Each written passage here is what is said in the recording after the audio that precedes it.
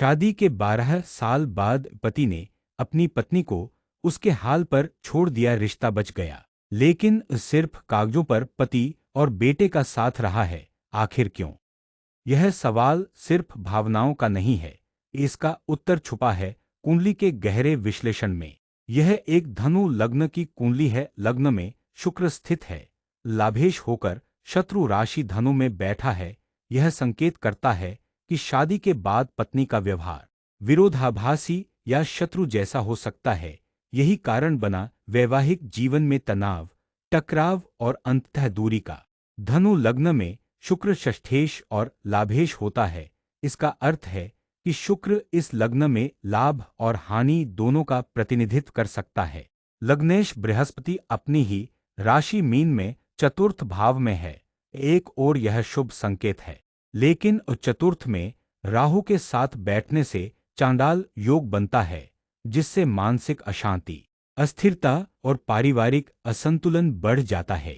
सप्तम भाव की बात करें तो इस सप्तमेश बुध 12वें भाव में स्थित है और सूर्य व शनि जैसे क्रूर ग्रहों के साथ बैठा है।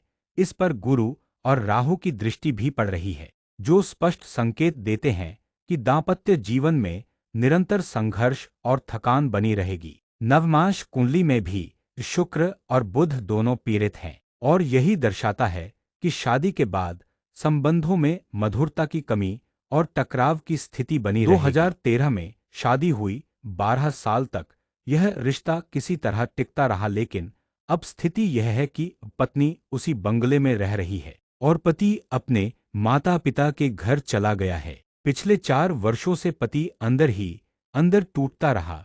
न उसने यह बात अपने माता पिता से कही, न परिवार में किसी से, और जब सब्र की सीमा पार हो गई और जब वह डिप्रेशन का शिकार हो गया तो उसने चुपचाप घर छोड़ दिया। 3 महीने सारवार लेने के बाद नॉर्मल हुआ। यह है कुंडली का गूढ़ प्रभाव, जब दो लोग एक छत के नीचे रहकर भी मन से एक दूसरे से मीलों दूर हो जाते हैं। इसलिए मेरा यह वीडियो एक चेतावनी है। अगर आपकी कुंडली में भी ऐसे योग हैं तो समय रहते जाग जाइए, विशेषकर शादी के बाद और बच्चे के जन्म के बाद। अगर ग्रहों की दशा प्रतिकूल हो तो तीनों ही जीवन, पति, पत्नी और बच्चे गहरे प्रभावित हो सकते हैं। आपने भी देखा होगा अपने आसपास ऐसे रिश्तों को बिखरते हुए। कुछ तो आप भी कहिए, क्या आपने ऐसा कोई अनुभव देखा है?